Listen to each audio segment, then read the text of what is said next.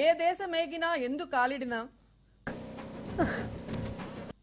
ఏ పీఠమెక్కినా ఎవరెదురైనా పొగడరా నీ తల్లి భూమి భారతని నిలుపరా నీ జాతి నిండు గౌరవాన్ని లేదురా ఇటువంటి భూదేవి ఎందు లేరురా ఇటువంటి పౌరులు ఇంకెందరు అని. అసలు మీరు ఏ జయంతి రాజకీయాల్లోకి వచ్చారు?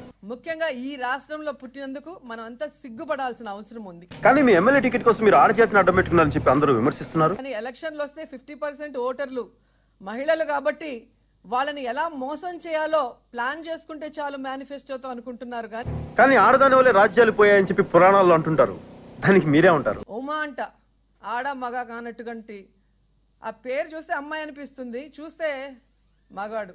కానీ మాటలు చూస్తే అటు ఇటు కాకుండా ఉంటాయి. ఏం మాట్లాడుతున్నాడో ఆయనకు అర్థమవుతుందో లేదో నాకైతే అర్థం కావట్లేదు. కానీ ఇప్పుడున్న సెక్షన్స్ అన్ని ఆడవాళ్ళకి ఫేవర్ గానే ఉన్నాయి కదండి. ఈ రోజు పెద్ద బాబే అంటే ఆయనకు తోడు ఒక చిన్న బాబు బయలుదేరాడు. ఈయన సిమ్ కార్డ్ లేని సెల్ ఫోన్ లాంటి వాడు.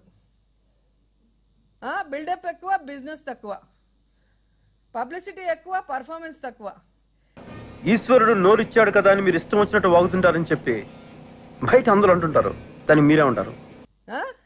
డిక్కీ బలిసిన కోడి చికెన్ షాప్ ముందుకెళ్ళి తొడగొట్టిందంట. అలా ఉంది ఈయన జగన్ గారిని సవాల్ ఇసురుతుంటే. అన్ని అనర్థాలకి మూల కారణం ఆడదే అంటారు కదా, అది నిజం అనిపిస్తుంది. మీరే ఉంటారు. కాబట్టి భయపడుతుంది మీరు. గుమ్మడికాయల దొంగ అంటే భుజాలు తడుముకుంటున్నది మీరు. ఈరోజు మీ పెంపుడు పొలిటీషియన్స్ మాట్లాడుతున్నారు జగన్ గారి గురించి.